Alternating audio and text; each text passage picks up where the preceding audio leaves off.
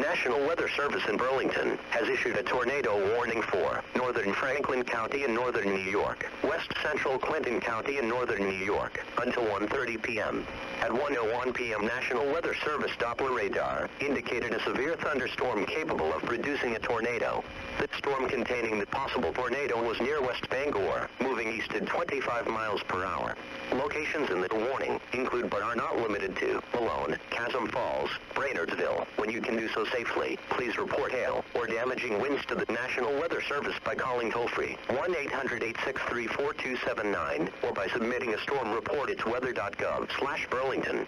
When a tornado warning is issued, based on Doppler radar, it means that strong rotation has been detected in the storm. A tornado may already be on the ground or is expected to develop shortly. Take cover now. Move to an interior room on the lowest floor of a sturdy building. Avoid windows.